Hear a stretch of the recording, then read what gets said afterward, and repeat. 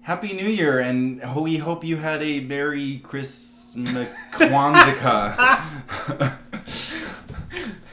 Anyways, We're here. It happened. It's fine.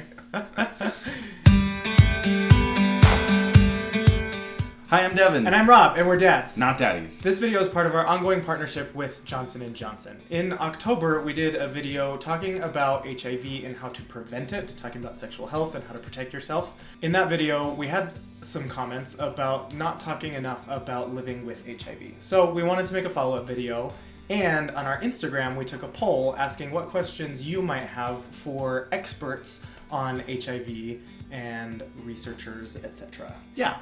So we talked to a HIV expert at Johnson & Johnson and took them your questions and got some answers back. And so we're going to share those with you today. And we hope that in doing this, we can, one, share a positive message, and two, inform you about, sexual health, which is really important, especially for those in the LGBT community.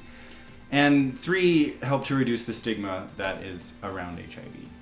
Yeah, HIV used to be a death sentence, and now it is just a manageable part of life. Yeah. So we're going to jump right into those questions, if that's all right. If that's all right. They're not going to tell you no. You don't have a choice. We're going to take you along anyways. Take you along anyway. Okay, so the first question was kind of twofold. It's,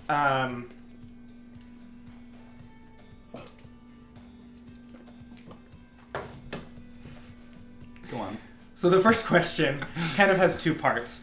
First is how much time passes before HIV shows up in tests, and the second part is what are early symptoms of HIV that people often ignore. So the answer that we got from this is that it's recommended to get tested after 3 months after a potential exposure, as that is about the length of time that it takes for the virus to start showing up in tests.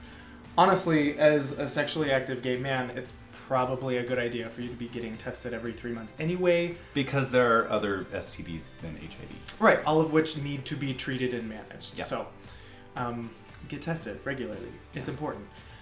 Some of the symptoms, this is a good point actually, what they replied and said, symptoms cannot be used as a predictor of infection, but there are some that are more common than others.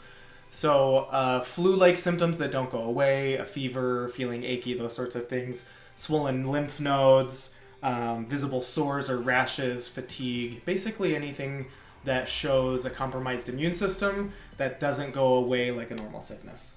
Yes. And we'll include some links down below with more information. Next question. How treatable is HIV without health insurance?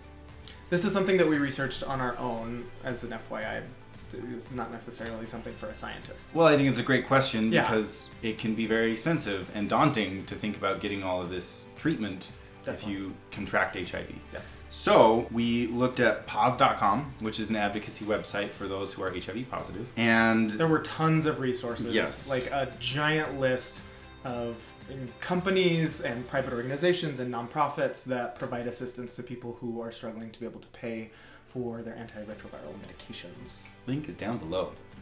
As There's going to be a lot. There's going to be a lot of links with this one. But we're trying to give you information. Yes. It's important. Next question. What is the life expectancy of someone with HIV? This is actually a good question because while we were at Johnson & Johnson headquarters, we talked about this a little bit. Yes. So we learned that initially the life expectancy for someone with HIV was 2 years after the date of diagnosis. Yeah. 2 years after the date of diagnosis. Partially because of the disease itself and partially because of the treatments of the disease, which killed people just as often as the Yeah, disease they were itself. harsh and Not always experimental. super And now, due to research and science and advancements, they have moved the life expectancy of someone with HIV to just 2 years shorter than the average human life expectancy, which is incredible. Yeah, and oftentimes people living with HIV are much healthier than those without it because they are conscious of their health and taking care of themselves. I mean, it's kind of, I can imagine it's a wake-up call to your health and Right. taking care of yourself. So here's another question we got. Has anyone been cured of HIV? This was actually really interesting because I didn't know this. Yeah. So they told us that there is one, and he's called the Berlin patient. And so we Wikipedia'd that to find out who he is. So the Berlin patient, his name is Timothy Ray Brown. He had a bone marrow and stem cell transplant as part of him having leukemia He also was HIV positive at the time. So he got HIV, had been treating it for a while.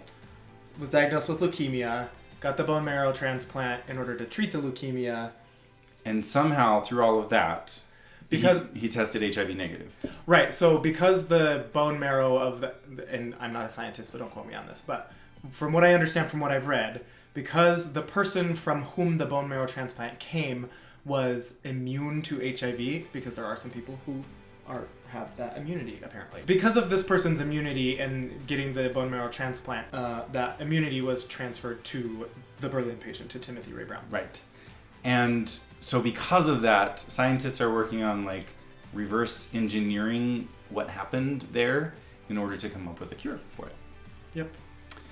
This is an anomaly, however, so not a widely available treatment. Yes. So, however, as we learned when we visited Johnson & Johnson a few months back, they are working on a vaccine that will provide immunity to HIV. Yes. Which is in large-scale clinical trials currently in Africa. Yes. So, we'll keep you updated as soon as we know any more about that, because it's pretty cool. Last question. Can you get HIV from someone who's undetectable? And this is a really good question and kind of the root of a lot of the stigma around being HIV positive in the LGBT community. Yes. On dating apps, you see people disclosing their status, and they can face stigma from people as they're, trying to find potential partners. And that can maybe turn people off or scare people because they're not fully educated as to what undetectable means. Right. So, from the mouths of the experts at Johnson & Yes. Johnson, they say there is irrefutable evidence to confirm undetectable equals untransmissible.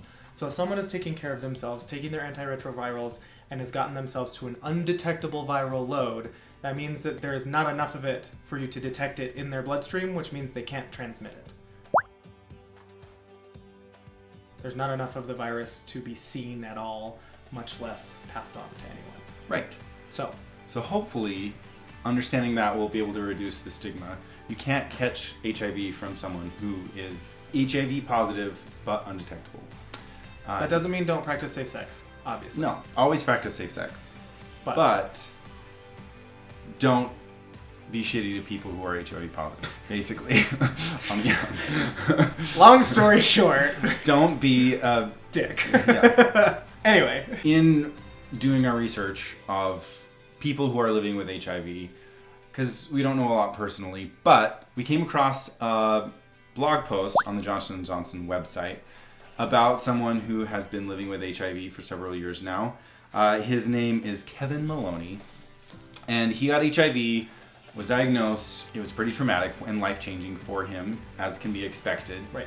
But as he came to learn about the disease and what it meant for him, he removed a lot of the shame that was associated with being HIV positive, and so much that he started an advocacy group for those who are HIV positive called... He started a group called Rise Up to HIV, as well as another one called No Shame About Being HIV Positive, which is a campaign about reducing the stigma. So we checked out his Instagram, checked out his Facebook group, doing some awesome work. His Instagram is full of really touching stories, people who are HIV positive, and the ways that they are living their lives happy and healthy with HIV. Here's an example of one, Chris, who's inspired to become super fit as soon as he found out that he was HIV and has been taking care of his health. And there's just lots of really great facts about HIV and about reducing the stigma. So please check that out on Instagram or Facebook. Those links will be down below. Yes. As well. So lastly, Johnson & Johnson actually does a lot of advocacy work around HIV and does a lot of partnerships with nonprofits. One of those is an app called the Donate a Photo app, where you can donate a photo and choose what cause that it will go to, and Johnson & Johnson will donate $1 for every photo that you donate to the cause of your choice. Right. So there's actually a number of HIV or LGBT related causes that you can choose from. Right. And then you can upload your own photo, share it on social media, and for every photo that you share, and donate $1 is donated. So go out there, share some photos, share your beautiful faces, and raise some money for some good causes to help stop the stigma and to help make HIV history. Yeah. So, thanks for sitting through this with us, guys. We really care about this stuff, and we want to do what we can to make our community a better place. yes. And that involves removing a lot of the shame that's associated. As someone who grew up with a conservative background, I know what it's like to live with shame, and we don't want that for anyone in our community, any of our LGBT brothers and sisters or siblings. Yeah. So So, we care about you. Be well. Take care of yourselves. we love you. See you next time. Bye.